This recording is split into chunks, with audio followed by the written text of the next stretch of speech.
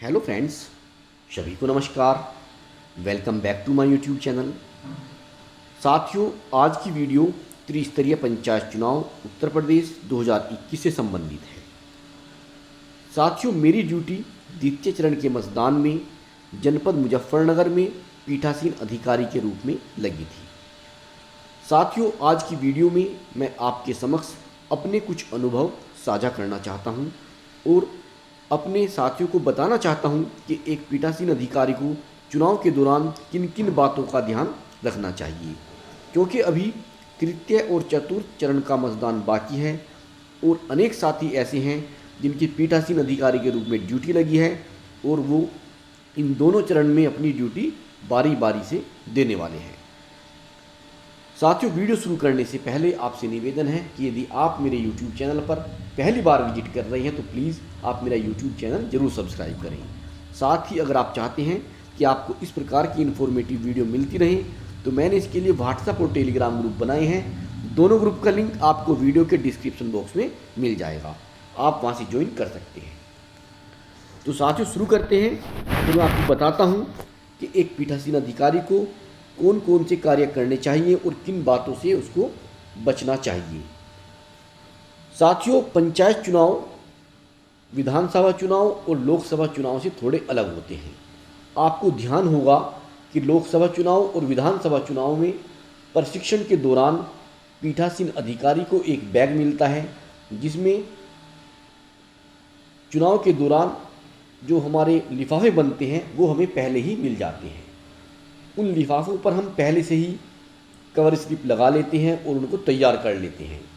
लेकिन पंचायत चुनाव में आपको पहले से कुछ भी नहीं मिलता है और चुनाव से एक दिन पहले जब ब्लॉक से पार्टी को रवाना किया जाता है तभी उनको वो थैला मिलता है।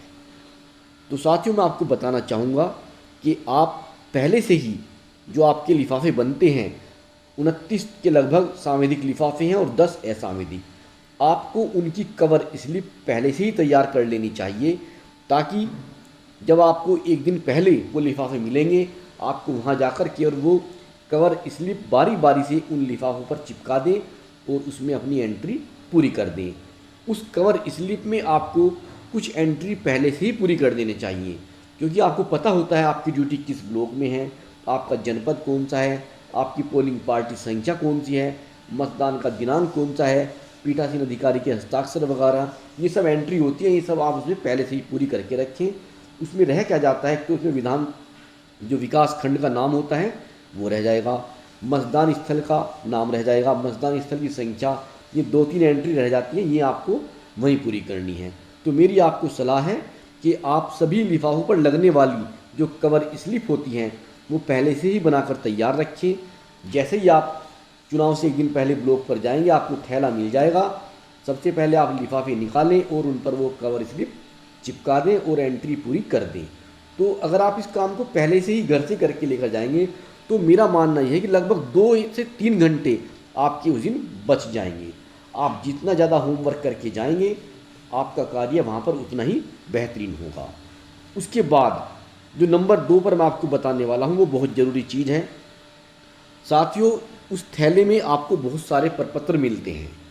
उन प्रपत्र में 2 महत्वपूर्ण प्रपत्र ऐसे होते हैं जो उसमें आपको ज़रूर देख लेने चाहिए। ये होते हैं पीठासीन की डायरी। पीठासीन की डायरी के 2 प्रारूप होते हैं, एक तो प्रिंटेड वाला और एक होती है कोरे पेज वाली। साथियों, मेरे साथ क्या हुआ, मेरे थैले में सभी कुछ था, कुछ भी मिसिंग नहीं था। अगर मिसिंग था तो केवल पीठासीन की डायरी के दोनों प्रारूप मिसिंग थे और मुझसे गलती ये हो गई कि वहाँ जल्दबाजी में मैंने उसको जो प्रपत्र थे वे सारे चेक किए, लेकिन मेरे ध्यान नहीं आया कि इसमें पीठासीन की डायरी भी होती है। जब शाम को मैं सभी एंट्री कर रहा था, चुनाव से एक दिन पहले की जो तैयारियाँ होती हैं वो कर रहा था, तो मैंने पाया कि भाई यहाँ पर पीठासीन की डायरी नहीं है। तब हमारे सेक्टर मजिस्ट्रेट को मैंने फ़ोन किया और उनसे कहा कि सर ऐसा ऐसा है, मेरे पास पीठासीन की डायरी नहीं है। तब उन्होंने मुझको वो उपलब्ध कराई। तो साथियों, आप ध्यान रखें, जैसे ही सामान लें उसमें सारी एंट्री अपनी मिला लें, उसके अंदर मतलेखा भी हो, पीठासीन की डायरी भी हो और जो प्रारूप आपको ज़रूरत वाले होते हैं वो सारे उसके अंदर होने चाहिए। चलिए अब आगे चलते हैं। साथियों, मतदान से एक दिन पहले जब आप बूथ पर पहुंच जाते हैं तो आपके पास गांव के लोग आते हैं। जिन लोगों को एजेंट बनना होता है वो भी आपके पास आते हैं। तो जो एजेंट बनने के इच्छुक होते हैं आप उनको शाम को ही बता दें कि भाई 7 बजे चुनाव शुरू हो जाएगा, मतदान आरंभ हो जाएगा, अतः आप सभी लोग 6 बजे तक पोलिंग एजेंट बनने का जो कार्य है वो पूरा कर लें। उसके बाद जब एक बार चुनाव शुरू हो जाएगा तब हम ये कार्य नहीं करेंगे। ऐसा कोई वैसे आदेश तो नहीं होता है, लेकिन अगर आप उनको कहेंगे तो वो जल्द आ जाएंगे और आप समय से पहले अपनी तैयारी कर सकते हैं। तो साथियों, अगले दिन आप सुबह 6 बजे तक अपने पोलिंग एजेंट को बना लें, जो भी आपको बनाने हैं वो बना लें। उसके बाद 6:30 बजे तक जो चुनाव वाला दिन है, अब चुनाव वाले दिन की बात कर रहा हूँ, 26 अप्रैल को चुनाव है, तो 26 अप्रैल को आपको सुबह 6:30 बजे तक मत पेटी को सील कर देना है मतदान एजेंटों की उपस्थिति में। यानी कि वहाँ पर जो पोलिंग एजेंट हैं वो उपस्थित हो और आपको उनके सामने मत पेटी को सील करना है 6:30 बजे तक, और उसकी एक वीडियो भी आप बनाकर अपने पास सुरक्षित रखें। इसके बाद ठीक 6-7 बजे आपको एजेंटों की उपस्थिति में ही मतदान शुरू कर देना है और उनसे कह दें, जो एजेंट होते हैं, कि भाई अब आप मतदान केंद्र से बाहर जाइए और ध्यान रखिए कि कोई भी आदमी दोबारा वोट डालने नहीं आए। साथियों, यहाँ पर मैं आपको एक अलग से बात बताना चाहूँगा। आपके बूथ पर जितने भी एजेंट बनाओगे आप उन सभी को एक बार इकट्ठा कर लें और उनका एक सामूहिक फ़ोटो ले लें और उन्हें बता दें कि अगर इस बूथ पर कोई भी गड़बड़ी हुई, कोई भी वोटिंग फर्जी हुआ, तो सारी गारंटी ये आपकी होगी, ये आपकी जिम्मेदारी है कि इस बूथ पर फर्जी वोटिंग न हो, कोई भी आदमी दोबारा वोट डालने न आए। और अगर ऐसा हुआ तो हमने ये आपका फ़ोटो जिला मुख्यालय पर भेज दिया है, सारी जिम्मेदारी आपकी होगी। तो ऐसा करके आप उन्हें डरा सकते हैं। तो ये काम थोड़ा, साथियों कहते हैं ना कि कुछ काम विवेक से करना चाहिए, तो यहाँ पर आपको ये काम जरूर करें। उनका फ़ोटो लें सामूहिक और उन्हें डरा दें कि भाई पोलिंग पर हमारा पोलिंग स्टेशन है, इस पर कोई भी गड़बड़ी नहीं होनी चाहिए, और अगर होती है तो जिम्मेदारी आपकी होगी। तो साथियों, इसके बाद अब आपको जब मतदान एक बार शुरू हो जाएगा तो पीठासीन अधिकारी का कार्य है कि वो थोड़ी थोड़ी देर में मतपत्रों के क्रमांक को चेक करता रहे। उसे सुनिश्चित कर लेना चाहिए कि सभी मतपत्र ठीक चल रहे हैं। जितने वोट प्रधान पद के लिए पड़े हैं उतने ही जिला पंचायत के पड़े हुए होने चाहिए, और उतने ही ग्राम पंचायत सदस्य के होने चाहिए, और उतने ही क्षेत्र पंचायत सदस्य के होने चाहिए। वो सीरियल उनका सही होना चाहिए। ऐसा ना हो कि जो प्रधान पद का मतपत्र तो ज़्यादा लग गए हैं और किसी एक का कम हो रहा है, वो सीरियल सबका सेम होना चाहिए।